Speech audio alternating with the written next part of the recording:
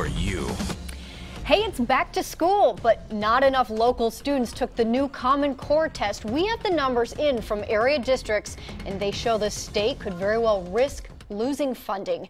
This is KOIN 6 News at 4 o'clock, everybody. I'm Jennifer Hoff. I'm Jeff Gianola in for Dan this afternoon. And the federal government requires that school districts have a certain number of students participate in those standardized tests. But we found out more than 20 districts in Oregon didn't reach that level. Our Chris Woodard is going beyond the headlines to find out what does that mean for these schools, Chris? Well, I'm told there's definitely concern from the state right now about losing education dollars that clearly they need. Despite that risk, parents who push to get this test stopped are calling these participation numbers a victory. Know that this is one tool that we really rely on to gauge where a child is in their learning environment. Portland Public Schools is the largest district in the state.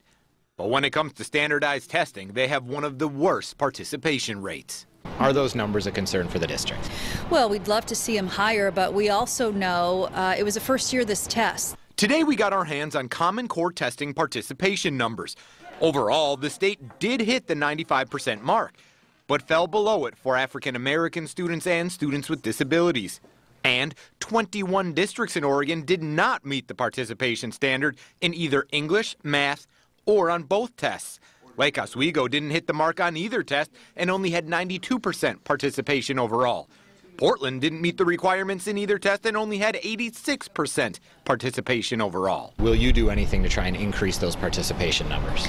Well, most importantly, if parents are concerned about the test, they need to talk to the principal, talk to the teacher, ask questions. What are your concerns? Get some of those questions answered.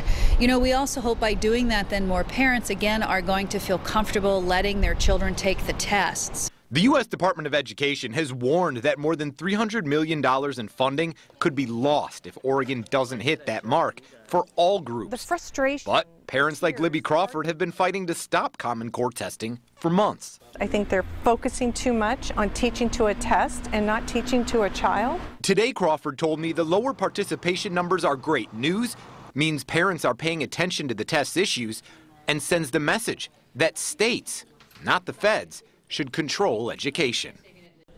And a spokesperson with the State Department of Education did tell me today that they don't yet know whether the state will lose funding. She says they know the U.S. Department of Education takes these tests very seriously, and they'll now be watching to see how Oregon and how these local districts respond to try to boost those numbers. It is certainly something we will continue to watch for you. I was going to say very interesting. Certainly a story we'll continue to follow.